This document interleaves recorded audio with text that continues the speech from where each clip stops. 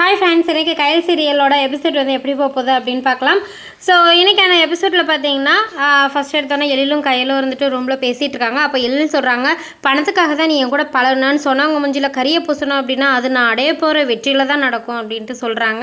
அதுக்கப்புறமா இங்கிட்ட அன்பும் விக்னேஷோட தங்கச்சியை பேசிகிட்டு இருக்காங்க. அப்போ விக்னேஷோட தங்கச்சி சொல்கிறாங்க, நம்ம கல்யாணம் நடக்கிறத யாராலையும் தடுக்க முடியாது, நம்மளை யாராலையுமே பிரிக்க முடியாது அப்படின்ட்டு பேசிகிட்டு இருக்காங்க. அன்பு வந்து அங்கே சந்தோஷப்படுறாங்க. ஸோ அந்த டைம் பார்த்திங்கன்னா கரெக்டாக எழிலோட அம்மா இருந்துட்டு வேதவழியோட வீட்டுக்கு போகிறாங்க. ஸோ கரெக்டாக இந்த சீனை காட்டுறதை பார்த்தா இவங்க 2 பேரோட மேரேஜுக்கு தடையாக எழிலோட அம்மா தான் இருப்பாங்கன்னு நினைக்கிறேன்.